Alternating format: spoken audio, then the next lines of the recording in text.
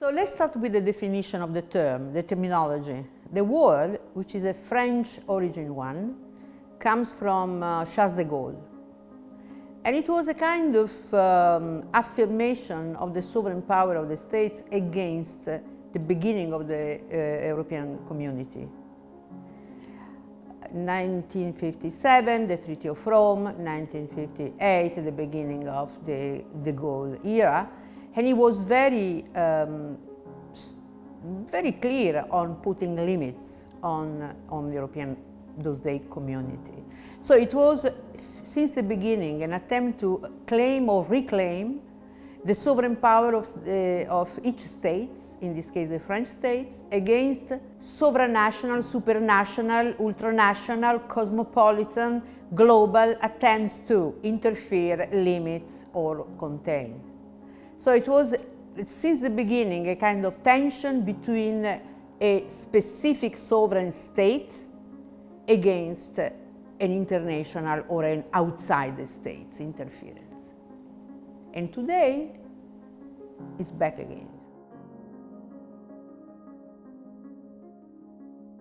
Sovereignty is the origin because it is the beginning of modern political history. It's the beginning of the constructions of territorial states out of the dissolution of the imperial orders of the Middle Age, the Church and the Holy Roman Empire, and the states started developing from inside of the disaggregation of the empire.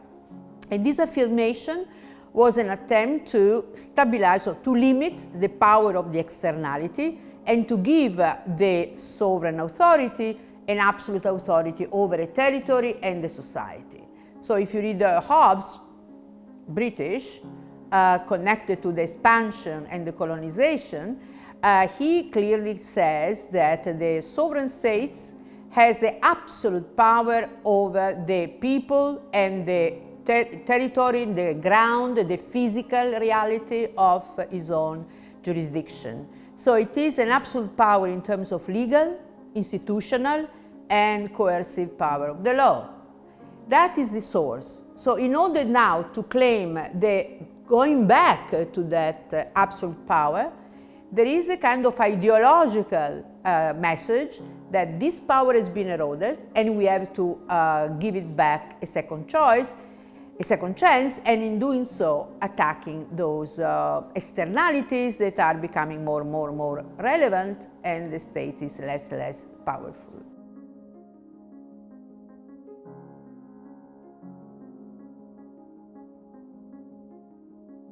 Well, this is a very good point because they were sovereignty, the sovereign state was very consistent in the moment in which they had to fight against anachronistic at that point, imperial formations like the Catholic Church or the Holy Roman Empire, which were a system of regulations without sovereignty, very fragmentary and very,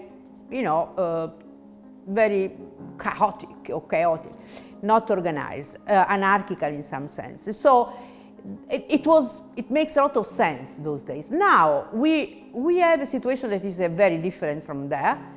The assault or the challenge coming to the states, they come from either great or important states with the ambition of imperial domination, China, United States, or from non-political global authorities like financial, technological monopolies at this point, which have sometimes the power, more power than the very nation states to influence their own budgetary policies, taxation policies, and even the formation of armies or local activities of the states themselves. So now the power they have to face is so great and so outside of their own ability to contain it, that they have to find another strategy, not to go back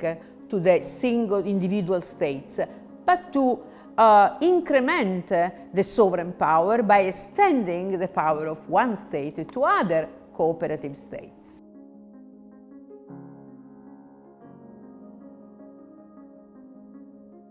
Europe is interesting because it's an example of a possibility for nation states to cooperate and to find a way of putting together some common interests in order to resist these global forces, because we cannot escape globalization. And without willing to be so, Europe was not born in order to deal with these problems, but it became very functional to deal with these problems. So it was born in order to create peace in a continent that was war-oriented. And in the making, it became clear that it could be used for something more and different, that is, to create a kind of space, of legal space and authority capable of resisting these international global forces.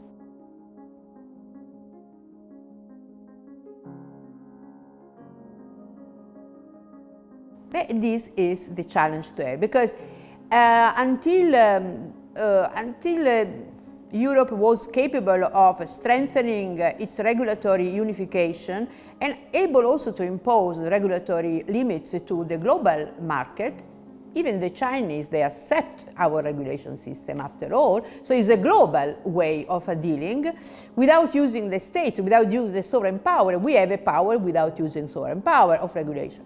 Yet, if today we think of the new challenges coming from, for instance, the United States, which for me today is a very interesting place to look at, we see that the challenge it's from a new form of capitalism, which is monopolistic, which is plenipotentiary, because it's absolute, without limitation, and they have technologically means that can provide services to all states. We don't have this ability of being autonomous, not even the Europeans are. So, in this sense, we need more, perhaps, of regulations, because what Trump is going to do, or Musk is going to ask for doing, is to attack this regulatory system and to have the ability of vindicating the superiority of the US versus the regulatory potentials of the EU. So yes, we need more, perhaps, if we want to be European.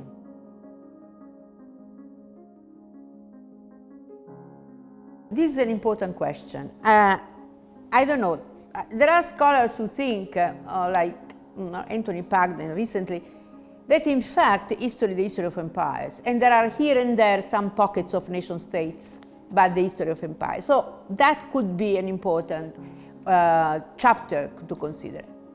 However, if we don't want to go so far, because this would require many other institutions and organizations, certainly the European Union has the possibility of being a different form of empire. In order to resist these two big nation states that are looking for imperial domination, it's no longer the imperial kind of relations we saw until now, perhaps the regulatory system or the soft sovereignty is no longer sufficient. And at this point, the empire can be